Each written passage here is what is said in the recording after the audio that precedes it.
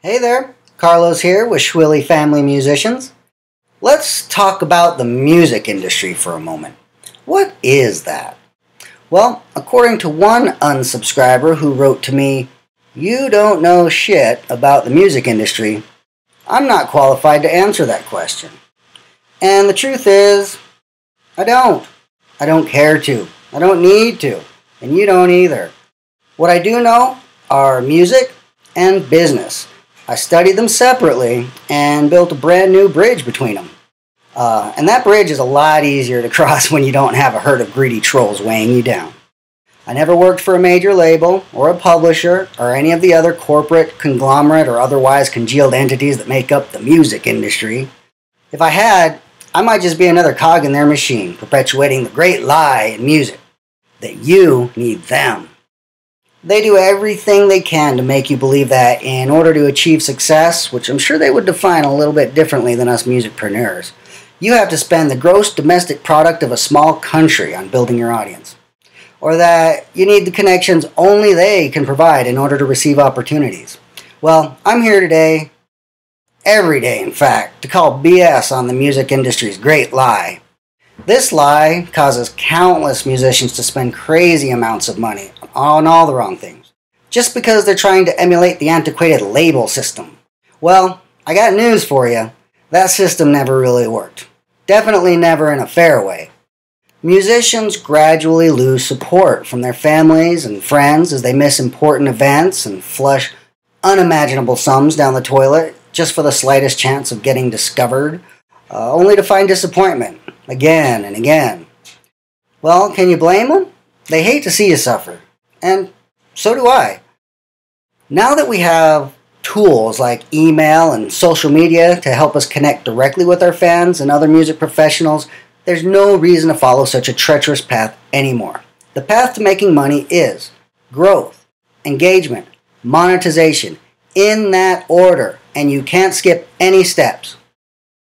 Releases, like albums, are for monetization.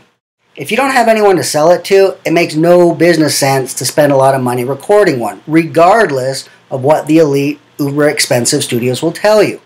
Their interest is vested in convincing you to spend money. Releases like videos and other things that aren't for sale, that's content for engagement. It makes no business sense to spend a lot of money on video production if no one is going to see it, regardless of what the fancy videographer or music industry insider tells you.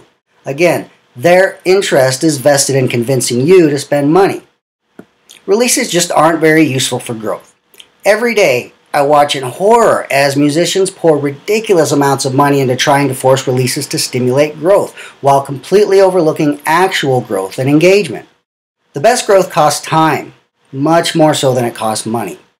For example, the exception to the rule I mentioned above about videos is cover songs. Since YouTube is a major search engine, second only to Google, if you post videos of songs that people are already looking for, you'll get some growth. Pretty well targeted growth at that. It doesn't cost any money to do it, but it does cost more time than many musicians seem to be willing to invest. Probably because the great lie has convinced them that they must instead spend money. The path I've forged to success in music is simple and much more cost-effective than the great lie would want you to believe, especially for those of us who have real life and day jobs to manage along with our musical ambitions. In early 2017, my upcoming Musicpreneur Apprentice program, I'll be able to take you by the hand and lead you down the path to success in music at a cost that will make music industry insiders hate me. Who am I kidding? They already hate me. But in the meantime, if you'd like to receive daily tips, advice, and inspiration from me, all you have to do is subscribe using this button. Now, keep in mind, I do email pretty much every day.